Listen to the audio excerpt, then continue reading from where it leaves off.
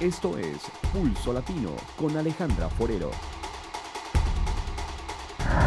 Bienvenida a este segundo bloque de noticias en Pulso Latino. En días pasados, ATA, la Oficina de Turismo de Aruba, creó un Casdicultura en Estados Unidos, en la ciudad de Nueva York. ATA, junto con la compañía americana de relaciones públicas Zimmerman, brindaron una presentación de nuestra cultura y nuestro sabor a blogueros y periodistas prominentes en Estados Unidos, en la ciudad de Nueva York. El ministro de Cultura fue el anfitrión de este evento, donde orgullosamente se introdujo el elemento de la cultura de Aruba, el folclore y nuestro arte, a un grupo seleccionado de invitados VIP. Para esta noche se preparó un ambiente único en The Carriage House Center for the Arts, donde se convirtió por solo una noche en una casa cultural arubana, donde los periodistas tuvieron la oportunidad de hacer toda clase de preguntas a los embajadores culturales que se encontraban presentes y así enterarse de cuáles son los secretos mejor guardados de nuestra isla. Al conmemorarse el viernes pasado el Día Mundial de la Diabetes, Urelín Montero nos cuenta sobre cuál es su estatus en República Dominicana, donde alrededor de 1 millón de dominicanos padece de diabetes y casi la mitad de la cifra vive sin darse cuenta que sufre de esta enfermedad. Y es que según el especialista, la mejor prevención es la educación. La genética es un factor importante porque los que tienen familiar directo o indirecto que padece de diabetes tienen más alto riesgo. La vida poco desorganizada, es decir, la comida inadecuada, los poco ejercicio, la vida sedentaria, el aumento de peso, todos son factores adquiridos que ayudan a desarrollar la diabetes. De su lado, Miguel Silverio, paciente diagnosticado desde hace 6 años con diabetes, sugiere hacerse la prueba periódicamente para detectarla a tiempo. Inmediatamente me empecé a esforzar, estoy enfrentándola con entusiasmo, nunca me he sentido derrotado. Pues andamos por ahí, por las calles, enfermos, sin darnos cuenta que esta enfermedad nos está calladamente consumiendo la vida. Con la realización de una caminata del Instituto Nacional de Diabetes, Endocrinología y Nutrición, junto a la Sociedad Dominicana de Diabetes, alzó una voz de alerta con el lema Diabetes, protejamos nuestra salud. Estamos apoyando aquí la causa de diabetes para la prevención y tratamiento.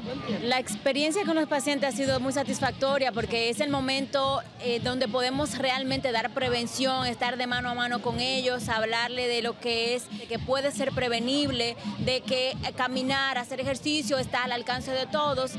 Como pueden ver, la lluvia no fue impedimento para que estas personas buscaran llamar la atención sobre el manejo, control y prevención de la diabetes. Urelín Montero, Noticias SIN. En Colombia, varias regiones del país permanecen en alerta por el invierno. Diferentes vías están cerradas por derrumbes y los vendavales se han llevado los techos de algunas viviendas. En el departamento del Magdalena, más de 7.000 familias de los municipios de Aracataca, Algarrobo, El Retén y Fundación se encuentran damnificadas por las inundaciones. El agua alcanza 1,20 m de altura y la región permanece en alerta. La vía que comunica Bucaramanga con Barrancabermeja completa 5 días cerrada por causa de un deslizamiento de tierra ocasionado por las fuertes lluvias. La situación también es crítica en la carretera que conduce a San Vicente de Chucurí y los organismos de control de Santander están en alerta por la creciente del Río de Oro. Tengo 19 puntos del departamento ya con afectaciones, con derrumbes. Por el poder humano no se puede sobreponer contra el poder de la naturaleza y estaremos nosotros trabajando. En Santa Rosa de Cabal, más de 140 viviendas quedaron sin techo, luego de un fuerte vendaval que duró cerca de 2 horas. Las familias ya recibieron las primeras ayudas, pero las autoridades del departamento de Risaralda informaron que los afectados necesitan colchonetas, mercados y ropa para niños. En Uruguay, las denuncias de explotación sexual de niñas y niños adolescentes crecieron 4 veces más en los últimos 5 años. Desde 2007 se lleva un registro en INAU de las denuncias por explotación sexual infantil y adolescente en nuestro país, que fueron canalizadas a través del instituto. Las cifras marcan claramente el gran crecimiento que ha tenido la cantidad de denuncias. Entre 2007 y 2009 fueron apenas 20 los casos de explotación sexual denunciados. Solo en 2010 fueron 20. En 2011 las denuncias por este delito llegaron a 40. En 2012, 51. En 2013 trepó a 72. Y en lo que va de 2014, ya son 82 las situaciones de explotación sexual de niñas, niños o adolescentes denunciadas por INAU. A casi una década de su creación, El Comité Nacional para la Erradicación de la Explotación Sexual Comercial de la Niñez y Adolescencia, que depende del INAU, tiene desplegadas en todo el país cientos de personas capacitadas que trabajan en distintos organismos e instituciones y que en gran medida son quienes captan estos casos de abuso. Al igual que el fenómeno, es un fenómeno multicausal que tiene que ver con aspectos políticos, económicos, sociales, vinculados al territorio y a los cambios que en los territorios suceden, y que tiene un componente machista y patriarcal enraizado en nuestra cultura. Tiene hoy, digamos, formas de respuesta que nos permiten mirar más y mejor el problema, y yo creo que es uno de los aspectos que hay que destacar, ¿no? En estos últimos 5 años hemos formado cerca de 1.500 operadores en todo el territorio nacional, vinculados a distintas instituciones y actores sociales y de la comunidad, pudiendo comprender y conceptualizar la diferencia que tiene esta forma de violencia sexual contra niños, niñas y adolescentes de otras formas de violencia. Las autoridades de CONAPES ven con preocupación que el crecimiento de las denuncias de explotación sexual de niñas, niños y adolescentes no coincide con el número de procesados por este delito. Lamentablemente, y hay casos paradigmáticos, hay un actor que desaparece muchas veces de escena, salvo cuando los jueces y fiscales están con la mirada atenta sobre la profundidad del caso, y es quien perpetra el delito, ¿no? Digamos, el hombre adulto que está pagando por mantener un acto sexual con un niño o un adolescente, que muchas veces es indagado, pero luego es dejado en libertad, o incluso es dejado en libertad cuando existen pruebas fehacientes que realmente perpetró el delito de explotación sexual comercial. ¿Tendría que ser procesado esa persona que paga por estar con menores? Sin dudas, procesado y con prisión. Así lo marca nuestra ley. Una pareja colombiana dio a luz el pasado 18 de agosto a cuatrillizos concebidos naturalmente, un caso poco común que tuvo a la comunidad médica de Jackson Memorial en Miami participando del proceso y del parto. Aunque los bebés nacieron prematuros, ya están fuera de peligro. Nuestra corresponsal en la Florida, Ana María Mejía, habló con los felices padres y nos cuenta la historia. Una joven pareja colombiana llegó angustiada en febrero de este año a su primera ecografía por un diagnóstico inicial que daba a entender que algo no estaba bien con su bebé.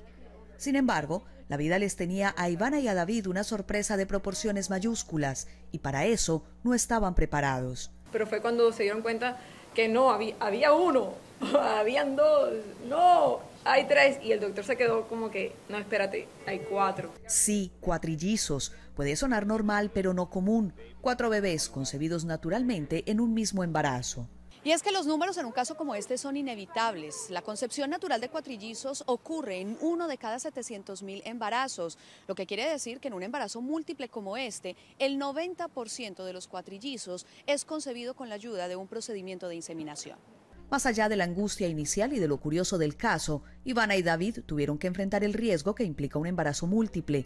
Justo cuando se cumplieron las 27 semanas de gestación, tuvieron que tomar la decisión de sus vidas. Al final de la cita se dieron cuenta que había un problema y que bebé teníamos que sacarlo lo más rápido posible. Devolvieron a todo el personal, podían haber, yo conté más de 40 personas en el parto.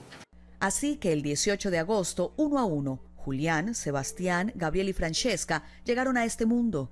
Hoy, 2 meses y medio después, también 1 a 1 saldrán del hospital para unirse a su familia en casa.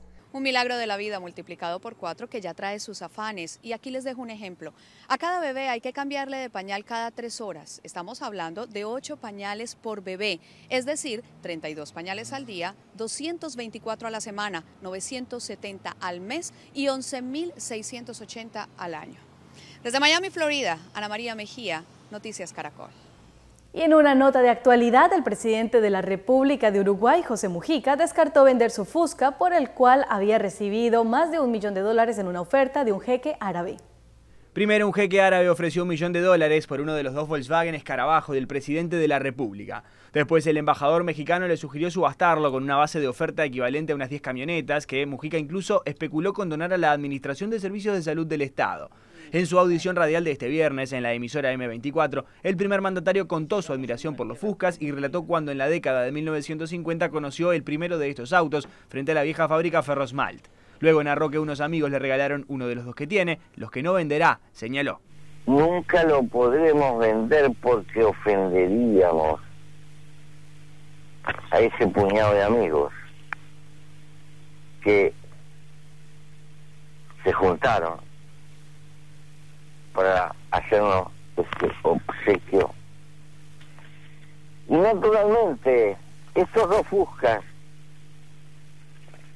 van a vegetar en los viejos galpones mientras estemos vivos, y el porvenir dirá cuál es su destino. Yo no sé si algún día no se va o se va, pero mientras yo viva va a dormir en el galpón y de vez en cuando dará una vueltita por el banco. Más tarde, en una visita a Línea de las Brujas, Mujica fue consultado por este tema y dijo: no venga a tallarme el campo, porque después hay un montón de gente que está escribiendo por ahí que el Fusca no tiene que salir del país. No, pará, déjalo ahí, chao. Y llegamos al final de otro Pulso Latino. Gracias por la sintonía y nos vemos en una próxima emisión. Soy Jennifer Vargas, hasta entonces. Pulso Latino fue presentado por... Discover it for yourself. Frisian Flag.